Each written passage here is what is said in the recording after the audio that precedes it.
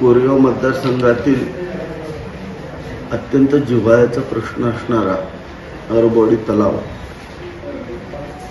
हा तलाव अरबवाडी, दुधानवाडी, बनवडी,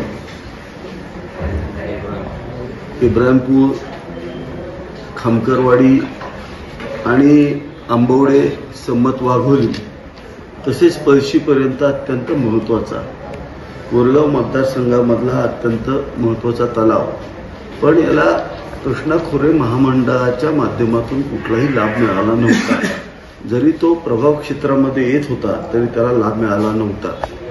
कोरेगाव तालुक्याचे माजी आमदार आणि विधानसभेचे माजी सभापती शंकरराव जगताप साहेबांचं हे स्वप्न होतं।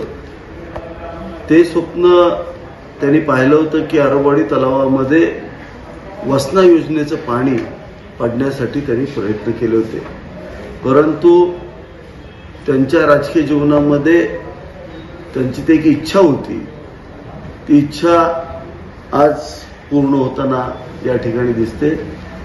राज्याचे मुख्यमंत्री आदरणीय एकनाथ शिंदे साहेब आणि उपमुख्यमंत्री तथा जलसंपदा मंत्री देवेंद्र फडणवीस साहेबांच्या माध्यमातून आज अरबवाडी, दुधानवाडी आणि तो सगळा परिसर, या परिसराला 0.15 TMC पाणी आज राज्य सरकारनं मंजूर करून या योजनेला मंजुरी दिलेली आहे।